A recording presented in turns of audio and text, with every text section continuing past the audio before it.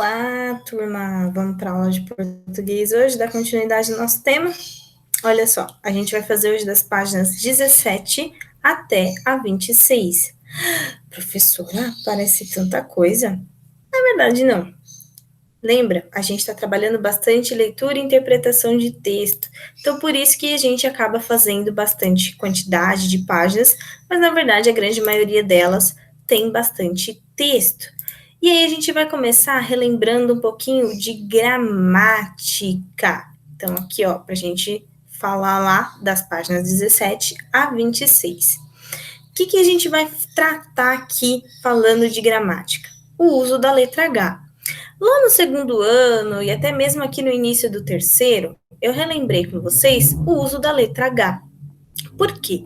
Ela é a única letra do alfabeto que sozinha ela não tem som. A letra H não tem som.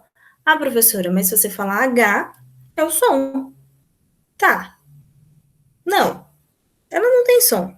Se a gente colocar o A, o B, o C, o D, o E, são palavras fortes. O H sozinho não tem som. E aí eu contei a historinha para vocês que o H estava triste, que o N, o C e o L se juntaram e convidaram ele para andar juntos. E então eles se juntaram e formaram uma nova sílaba, que o H então ganhava mais força. Mas algumas vogais também ficaram solidárias com H e convidaram ele para aparecer no início de cada palavra. E assim ficaria mais chique, mais elegante. Mesmo ele não tendo som nem força no início da palavra, o H topou porque ele gostava de ser bonito. Então, qual é a sua missão aqui na página 17? Você tem duas coisas para fazer para mim.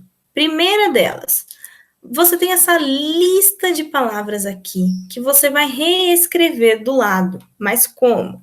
Acrescentando a letra H, seguindo a regrinha. Qual regrinha, professora? Da história do H. Você vai encaixar ele antes do C, do N e do L. Primeira palavra que eu tô olhando aqui, ó, não tem nem C, nem o N. Ah, não, tem o N aqui, então vai ficar harmonia? Essa palavra faz sentido? Não, não faz sentido, então não posso pôr o H aqui. Então, onde ele tem que ir? Lá no início da palavra, e aí ele forma o nome do nosso colégio, harmonia. Então, a regrinha é tentar encaixar o H antes do C, do N e do L, para formar aquela sílaba forte. Você, primeiro, antes de sair escrevendo aqui, você pode colocar ela na sua cabeça, falar em voz alta, para ver se a palavra faz sentido. Se ela não fizer sentido, ou você precisa encaixar com alguma outra consoante, ou ela vem no início da frase, ok? Depois que você escreveu, você vai na mesma linha, só que um pouquinho mais para frente, separar as sílabas. Por que separar as sílabas? Porque mais para frente a gente vai aprender que as quantidades de sílaba de cada palavrinha tem uma classificação, tem um nome. Tudo a gente classifica. Ontem lá em ciência a gente viu a classificação dos animais, aqui a gente vai ver a classificação da separação de sílabas, mais para frente. Então, por exemplo, harmonia, como que a gente sabe? Harmonia. Faz a separação aqui para mim, ok? Lá na página 18, é preenchimento daquele quadrinho que a gente está tão acostumado, né? Então, na coluna número 1, você vai olhar aqui na página 17. Todas as palavras que começou com a letra H, você vai preencher aqui para mim. Na coluna 2, são todas as palavras que possuem o CH. Pode estar no início, pode estar no meio da palavra. Tem CH, fica aqui na segunda coluna. A mesma coisa para a coluna 3, só que é com NH. E na coluna 4, o LH. Dica: todas as linhas serão ocupadas. Nem vai sobrar, nem vai faltar. Se sobrou, você tem que observar quem que está faltando aqui. Ok? Depois vai responder a pergunta número 3 para mim, ó. Em qual coluna da tabela a letra H não tem som? Aonde é que ela fica sem som? E depois, em quais colunas a H forma o som junto com as outras letras, ela junta e fica forte. Nessa resposta aqui, para mim, você só pode colocar lá, coluna, pam, pam, pam. coluna pam, pam, pam. Na número 5, ele quer saber o que acontece quando a gente tem o H na palavrinha e a gente tem que fazer a separação de sílaba. O H pode ficar sozinho? Ou ele tem que ficar junto com a letra que ele teve a força? Então, você vai explicar aqui para mim com as suas palavras. Aqui embaixo no quadrinho, ó, o amarelo, ele dá essa dica, que a letra H é a única no alfabeto que não representa som nenhum. No início da palavra, ela forma a sílaba com as vogais. Então, ela dá a mão para o A, o E, o I, o O, o U. No meio das palavras, ela sempre aparece depois do C, do L e do N. E eles formam um único som. Se eles formam um único som, quando você vai separar as sílabas, você não pode separar eles, tá bom? Então, já é uma dica para o outro exercício lá. Aí a gente avança. Na página 17 e 18, você vai me mandar através da foto, tá? A Pro aqui não fez nenhuma doc nem nada, porque seria muito ruim para vocês preencherem, seria mais dificultoso. Então, vocês me mandam esse por foto. Os próximos exercícios é através do formulário. Então, aqui, na outra aula, a gente falou de contos de exemplo. Agora, nós vamos continuar falando dos contos de esperteza. Então, a gente falou lá do João Grilo, com as suas grandes espertezas. E aqui a gente vai aprender sobre o Pedro Malas Artes, sobre uma sopa de pedra. Resumindo essa história aqui, que você vai ler aí na íntegra na sua casa, o que ele faz? Ele tá com muita fome, o Pedro Malas Artes, que é esse senhor bigodudo aí. E ele vai pedir comida para essa senhora e ela já fala que não tem. Ela é mão de vaca, ela é pão dura, ela não quer dar as coisas. Então ele tem que usar a esperteza dele. Como? Ele sugere fazer uma sopa de pedra. E essa senhora fica incrédula, né? Não acredita. Como assim fazer uma sopa de pedra? Ele pega as pedras do chão, lava, pede para usar a panela dela e o fogo e começa a cozinhar. À medida que ele vai fazendo isso, ele vai sugerindo para ela, falando, tá sem sal. A senhora tem sal? Ela dá o sal para ele. Se tivesse uma salsinha, se tivesse uma mandioca, se tivesse uma linguiça. E assim ela vai dando as coisas. Se tivesse uma cenourinha, uma batata, vai buscar na horta dela. E aí ele vai experimentando e aquela sopa vai ficando deliciosa, o cheiro na casa, né? Ela vai esquentando, ela vai fervendo, ela vai borbulhando. Esses são as água, o tempo passando, ó, esquentando, fervendo, borbulhando. E aí, quando ele prova, ele fala, tá muito gostosa. Aí a senhora vem com aquele prato fundo, que é onde a gente toma sopa, e fica na expectativa dele colocar as pedras, né? Mas ele é muito esperto, não põe. Aí ela pergunta para ele, mas e as pedras? Aí ele fala, a gente joga fora. Aí ela fala, joga fora? Ele fala, ou então guarda para poder fazer o próximo de bobo. Então ele enganou a senhora, olha só, ele estava com fome e ela era pão dura, não ia dar nada. Mas como ele conseguiu enganar, falando que faria uma sopa de pedra e ela queria ver, ela foi dando tudo para ele e nem percebeu. E aí vem as perguntas aqui, ó. Qual foi a situação que levou o Pedro a pedir ajuda para a velha? Por que a velha inicialmente nega ajuda? Ela não quis ajudar o Pedro. O que o Pedro inventa diante da negativa da velha? Qual foi a ideia que ele teve, já que ela falou que não tinha nada para dar para ele? Por que vocês acham que ela resolveu ajudar o Pedro? Que estratégia? Qual foi o plano? O que ele pensou para melhorar a receita? E depois pede aqui, ó, releia o trecho. O fogo foi esquentando, a água fervendo, a sopa borbulhando. Essa sequência dessas palavras indica o quê? Aqui você vai assinalar características adequadas do Pedro, pode ser mais de uma, tá? E aqui características da velha. E aqui no final você vai imaginar assim, pensa que você é a velha que foi enganada, como você se sentiria? E você vai escrever o que você acha, como continuaria a história. Bem resumido, tá? Só que você vai responder isso aqui para mim lá no questionário, que é onde eu vou corrigir, e depois você vai passar para cá, ok? Aí aqui embaixo vem um acredite se quiser, que ele fala que essa sopa de pedra, ele existe de verdade, ela é uma comida típica portuguesa, que existe numa cidade muito conhecida em Portugal, que chama Almeirim. Foi a partir dessa lenda que deu a história do Pedro Malas Artes. As pessoas tinham vergonha, né? Era um frade na época, que é parecido com um padre que dava esse golpe, né? Para poder comer. E foi assim que surgiu a história da pedra. Aqui, na página 23, vai explicar para a gente um pouquinho mais sobre como surgiu a origem do Pedro Malas Artes. Esse sobrenome dele, todos os nossos sobrenomes possuem significados, né? E o do Pedro Malas Artes também.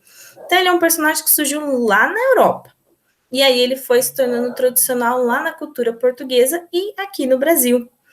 E ele foi um ser engenhoso, ele era cheio de artifícios, ele tinha mania de enganar os outros. E essa palavra malas artes eram as artes más, era de maldoso mesmo.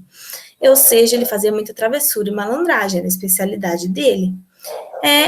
Sempre muito humilde, ele era herói, ele era popular porque ele conseguia tudo que ele precisava, ele tinha coragem, que é astúcias, com alguns erros ele também usava a sabedoria para a justiça.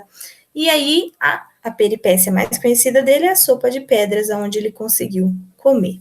Então, existem em muitas culturas os personagens como os malas artes. Às vezes eles são heróis, usam outros nomes, têm outras características.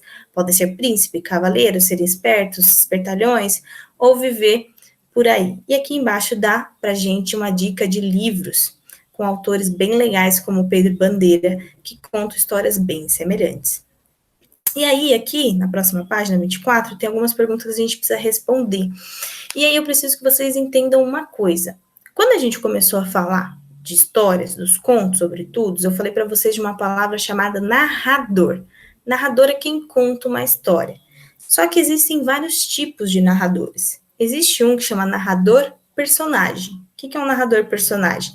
É quem participa da história. Então, eu posso contar uma história para vocês, como, por exemplo, a minha formatura da faculdade, como foi o dia, como foi o baile, como que meus pais foram, a entrega do diploma.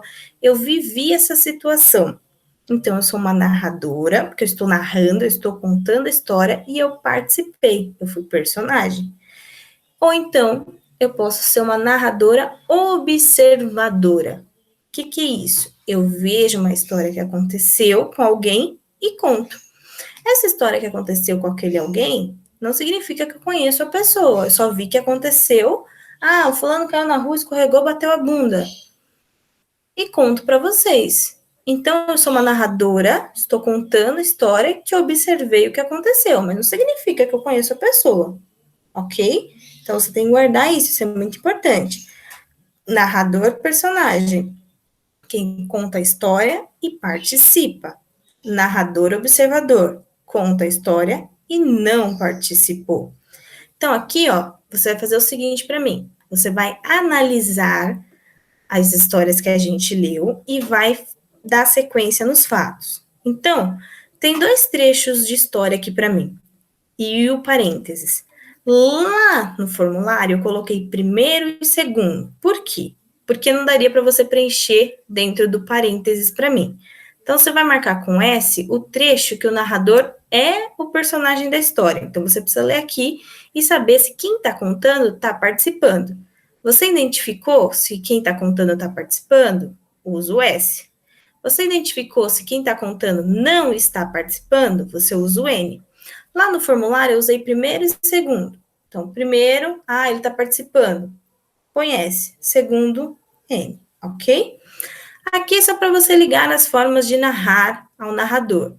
Então, assim, narrar como personagem da história. O que ele é? Narrar, igual eu falei. Aqui é para relacionar o local com a história correta. Então, qual história tem onde se passa floresta e céu? Onde tem floresta e céu? É na história de Sopa de Pedra? É o Urubu e o Sapo? É o Velho e o Tesouro do Rei?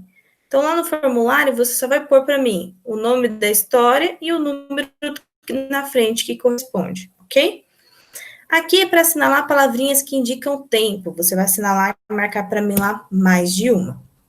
Por fim, aqui vai pedir para você ler novamente o trecho, prestando atenção nas palavras destacadas. Ah, professora, no seu formulário não aparecem essas palavras destacadas. Tudo bem, você olha no seu livro e responde para mim no formulário para eu corrigir. São as palavrinhas disse, respondeu e disse de novo. Qual é a função dessas palavras? Num texto, nesse trecho específico, o que elas vão mostrar para mim? Eu quero respostas completas, tá? E com sentido de preferência. E a número 6 pede para comparar a versão original com a reescrita a seguir. Qual é a versão original do Urubu e do Sapo? O é o que você leu lá no início do livro, então você vai reler para lembrar, tem que reler, não tenta adivinhar. Eu sei exatamente quando vocês estão tentando adivinhar a atividade e escreve lá para mim.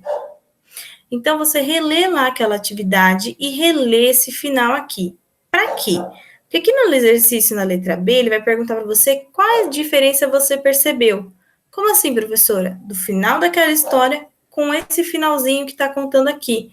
Qual a diferença você observou? Você lista para mim pelo menos 2 diferenças aqui, ok? E a letra A pede para você circular a pontuação que separa a fala dos personagens nos 2 textos. O que mostra? Qual é a pontuação que mostra que ele está falando? Essa letra A você faz direto aqui na apostila, porque você não vai conseguir fazer o circular lá no formulário, tá ok? Então, são essas as dúvidas. Faça com atenção, leia novamente, interprete o que está pedindo. Não entendeu? Me manda mensagem para a gente esclarecer, para você conseguir fazer isso com calma e entendimento do que você está fazendo, tá ok? Não deixe de entregar, presta atenção nos prazos, não come bola. Dúvidas, me manda por e-mail, pede Meet, não perca os horários das aulas, se dedica, se esforça, porque esse ano vai valer a pena ainda assim com tudo, certo? Então, um beijo, até a próxima aula, espero suas atividades.